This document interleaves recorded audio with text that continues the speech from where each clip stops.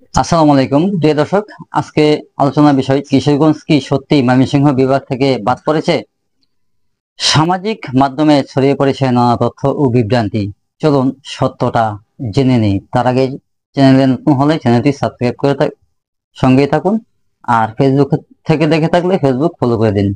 বিভাগ গঠনের ইতিহাস: 2015 সালে বাংলাদেশ সরকার ময়মনসিংহ বিভাগ গঠন করে।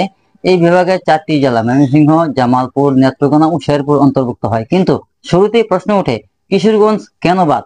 কারণ প্রশাসনিক ও ভৌগোলিকভাবে কিশোরগঞ্জ ময়মনসিংহের সঙ্গে সংযুক্ত, ইতিহাসও তাই বলে। তো প্রিয় দর্শক, বর্তমান পরিস্থিতি: সম্প্রতি প্রশাসনিক সংস্কার কমিশন PARC সরকারের কাছে প্রস্তাব দিয়েছে।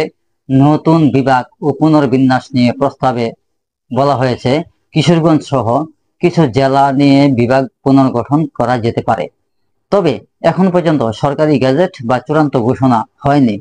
কাজেই কিশোরগঞ্জ বাদ পড়েছে এই তথ্য সঠিক নয়, বরং বিষয়টি এখনো আলোচনার পর্যায়ে রয়েছে।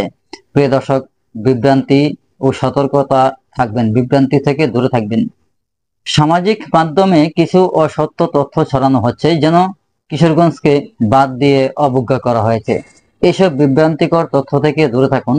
সরকারি সিদ্ধান্ত না আসা পর্যন্ত কোনো গুজবে কান না দেওয়াই উত্তম। প্রিয় বন্ধুরা, আশা করি আজকের তথ্যভিত্তিক আলোচনা আপনাদেরকে অনেকটাই সাহায্য করবে বাস্তবতা বুঝতে।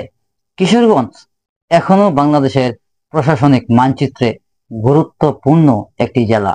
আপনার মতামত দিন, কমেন্ট করুন আর ভিডিওটি শেয়ার করতে ভুলবেন না। আল্লাহ হাফেজ।